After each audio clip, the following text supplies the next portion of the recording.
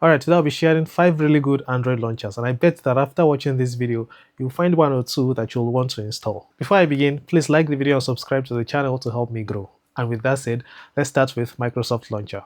So Microsoft Launcher has been around for a while now. It is free, it is clean, nothing here looks flashy, there's no weird animations going on, and it is very customizable. Basically, all of the launchers I'll be talking about in this video have different levels of customization. So one feature that I like in Microsoft Launcher is the dock feature. You can add all your important apps to the dock instead of your home screen. This way, your home screen will always look clean, and your dock can be as messy as you want, but it won't matter because it is always hidden, just like my room when I was a lot younger. So you can create folders in the dock.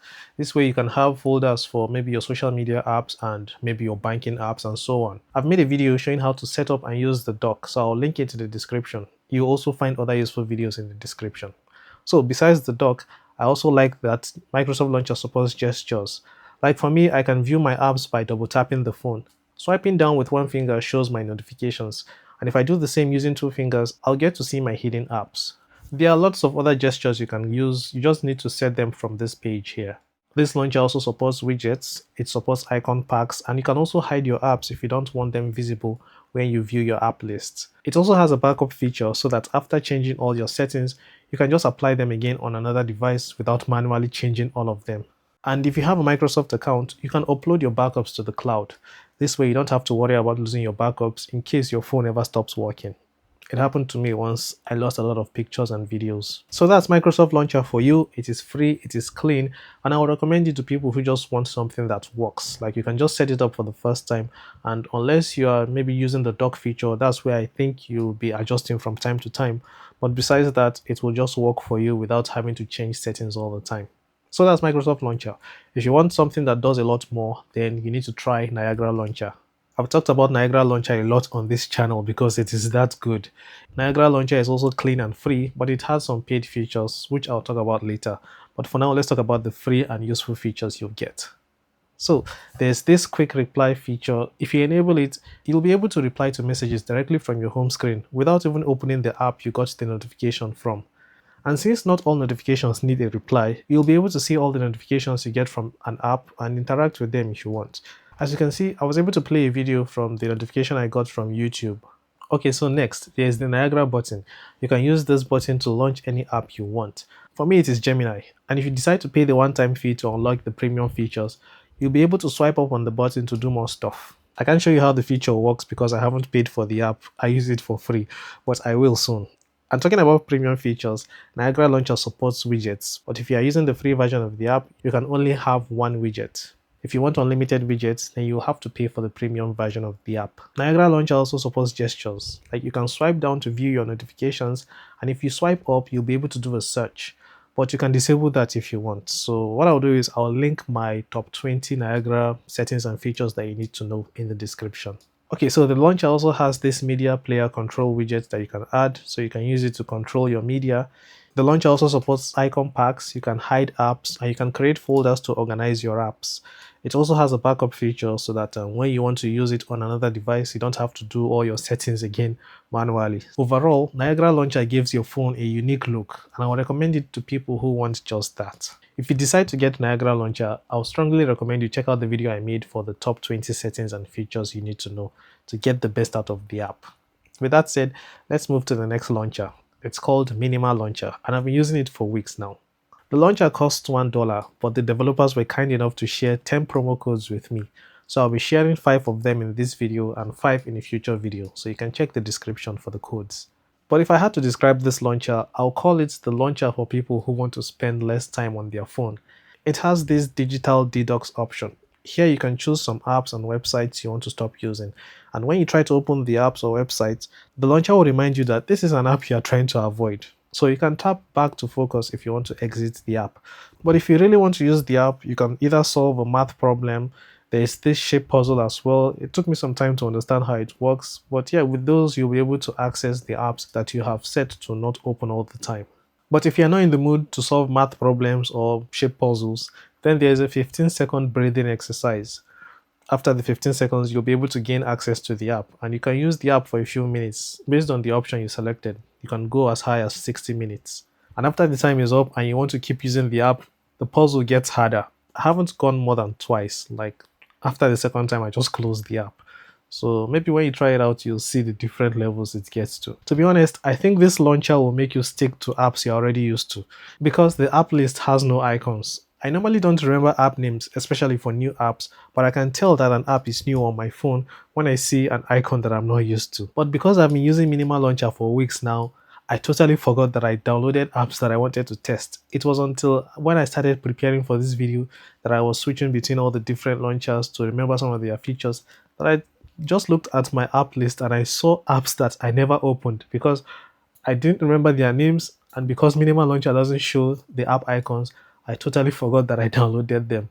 So yeah, this is one of those launchers that will make you stick with the apps that you are used to. And for me, I have all my favorite apps on the home screen because looking for them using the app list is always hard. Anyways, there are multiple home styles you can choose from. I like this one called Something. It has features that I like compared to the rest. Like this one that shows me a sad face because I spend too much time on my phone. It's because I'm always on YouTube. It's not like I use different apps all the time.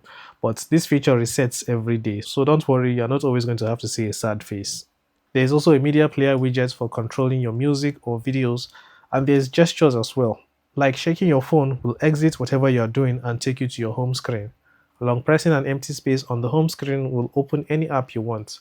I've set it to open Gemini so I can quickly ask questions. Minimal Launcher has a ton of features that I can't get into in this video, but for those of you who have been following the channel, you know that I'll make a follow-up video where I'll show you all the different settings, like the best settings and features you need to know to get the best out of the launcher. But with that said, okay, what I'll do is I'll tell you one of the features. You can actually add custom font to this launcher.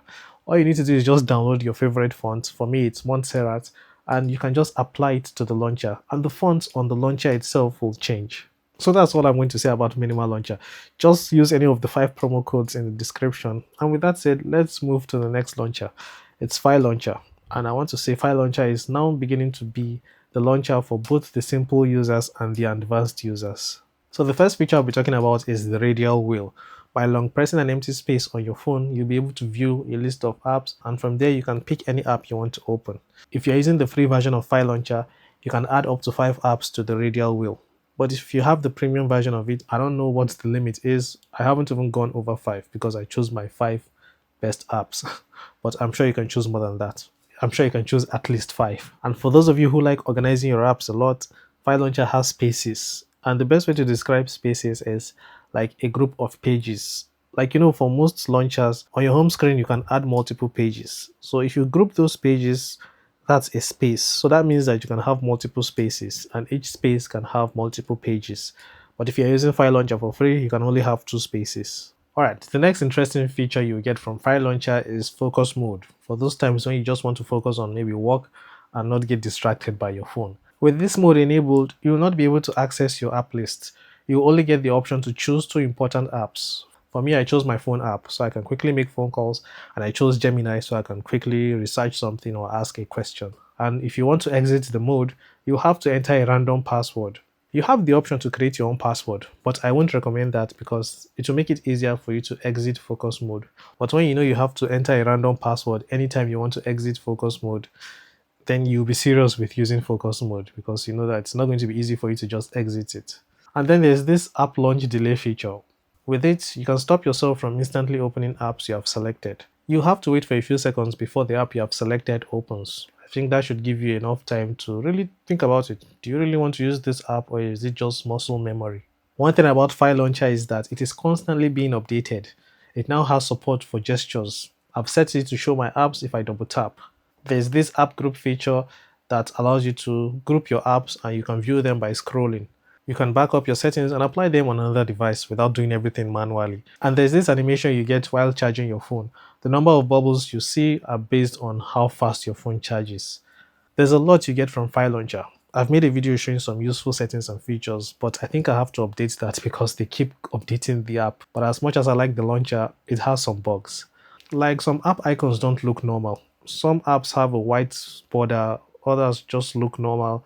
And when you switch your phone to light mode, your status bar becomes dark. But you may not notice this if you are using a bright wallpaper. But the good thing is that the developers are aware of this and they are working on a fix, so fingers crossed. Okay, so that's all about File Launcher. Now let's move to the final launcher for this video, Launcher Launcher. It's a tongue twister. This launcher is a very simple launcher. As a matter of fact, it is one of those launchers that just offers the basic and most important features you need. It is clean, it is fast, and all the app icons look good. You can hide apps, you can create folders, and it also supports gestures. The only unique feature that I found from this launcher is this widget that shows you some info like your battery level while it is charging. It also shows you how long it will take before your battery is fully charged. And if you swipe on it, you'll see the weather and then what media is currently being played. You can tap on it to open the media player.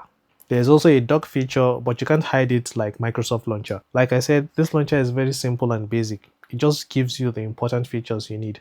And I'm sure if I missed something, someone will let me know in the comments. So that's it for this video. Thank you guys for 500 subscribers. Watch this video that shows you all my best Niagara settings and features. I'll be seeing you in the next video. Take care and bye-bye.